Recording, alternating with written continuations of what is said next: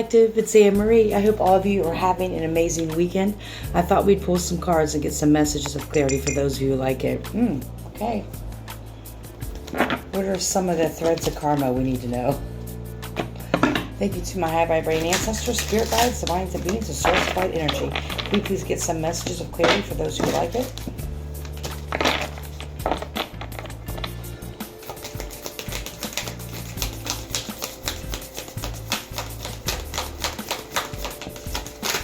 Oh, shit. Damn it. That one fell on the floor. Hold on. I'm going to have to really dig deep for this. Okay, sorry about that. All right, so we got 3 cards.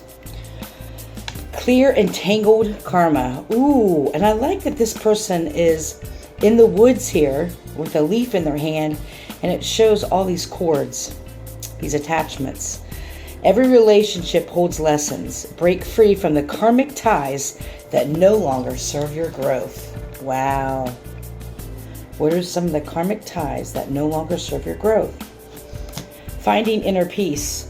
Peace isn't found outside. It's cultivated within. Create stillness in your mind and in your soul. This was the one that fell on the floor. And then the third one, break the soul contract. Okay. Some bounds are meant for growth, not forever. When the lesson ends, the contract dissolves. You're free to walk away. He looks really sad. And maybe it's because there's this entanglement of various relationships or connections in someone's life that they may not realize that there are these karmic ties that are weighing them down. It's having a realization that these are soul contracts, these karmic connections that need to be released. And you will find inner peace when you do that. It's easier said than done to do these things. A lot of the ties I broke, some were easy, and a lot of them were really challenging because they were people I truly cared about and I loved. However, I recognized that they were weighing me down and holding me back from living a fulfilling life, for me to upgrade, for me to ascend, for me to grow. The message I'm hearing is when you're breaking these soul contracts, it's okay to feel the feelings of that, the sorrow, the grief, the loss. Oftentimes, we may know that certain things in our life need to end. We need to end certain contracts or connections with people, places, even mindsets, our own behaviors, right? We know this. However, we think so much about what that's going to look like, and one that often keeps us stuck, but think that it's supposed to be something that brings us joy, or that, everything's going to be butterflies and rainbows after that, and that's not the case. One thing when I was in treatment that they had me do 2 times, once when I started and once towards the end of it, which was about 2 years. I was in this program for about 2.5 years, was to write a goodbye letter to your drug. I would encourage you to write a goodbye letter to this old mindset, this old behavior, this old person or pattern. I'm really feeling like there's a couple people that you are highly aware that you need to no longer have in your life,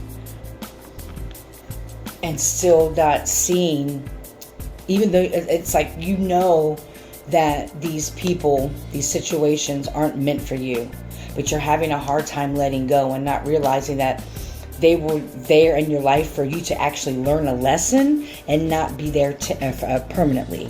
They were supposed to be there for you to engage them, learn whatever lesson it was, heal whatever wounds that were reopened or that were triggered in you, and then to cut that tie and cord and move on. So also changing your perception of the purpose of the connections that you're trying to release. Writing like I said, a goodbye letter to the person, again, to a behavior, a situation, a mindset. Because like I said, this gentleman is like really sad. And it's okay to feel those feelings. Dear so-and-so. When I wrote my drug, I think it was my last one I wrote. I identified it as, in the beginning, I talked about how we were flirting with each other, and then they were courting me, and then we were engaged, and my rock bottom is when I married the drug. Like, this is how I conceptualized it. And now it was time for a divorce because it was literally killing me. And it was very powerful. And so make it your own. I would encourage you to write a goodbye letter. And also to look at how these, sometimes for people it's easier, when you look at these contracts, when you look at how these cords are entangling your life, and looking at it from a different point of view, having a different perception of it, seeing the lesson in it. Obviously, like I always say, take accountability for the part you played, but also, why has it been so comfortable for you to allow and keep certain energies into your life? The pain that has come along, I'm just feeling like this pain that has come along with some of these cords and contracts that you have with people is far greater than what's going to be on the other side. Does that make sense? It may seem like it's going to be very painful to remove these people because there's long-term contracts. Some of these people have followed you from lifetimes to keep you pulled down and way down so you don't recognize who you really are, so you don't see the power you hold within yourself. There's some of these individuals, that's their whole purpose in your life, actually, is to keep you in these contracts, to keep you bound, to limit you, to limit your growth. And for some of you, you may not even see it that way. And you won't see it any other way until you remove them, and you will see how your energy shifts. Yes, it's going to take time. I guarantee you, when you start to remove people, places, things, these contracts, even your own mindsets of limiting beliefs, as we talked about before, you will slowly start to see from a higher perspective and have a greater understanding of the purpose of why these contracts were in your life, why these cords were attached to you, and the purpose of them, and what you were supposed to learn from them and grow from them. A lot of this won't come until after you do it. It's like the fear is what's preventing you from cutting these cords. And I just got I don't know how this ties into this message, but if you haven't seen the show, I think it's still on Netflix, but it's called Fantastic Fungi. I'm always talking about that. It talks about mycelium and how mycelium communicates the trees, right? The roots, and how all trees are connected in the world.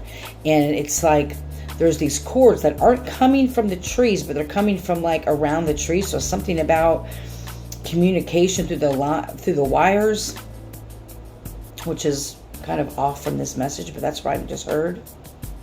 Cutting off the communication with people and people who are attached to that person. It's like you may cut one person off, but you have multiple mutual friends. You need to cut all of them off too. That's even harder. Sometimes that can be even harder. And that's the message. So do what you need to do. I hope you're healthy and happy and full of joy. May you love and be loved. Heal. Don't harm. Have an amazing rest of the night.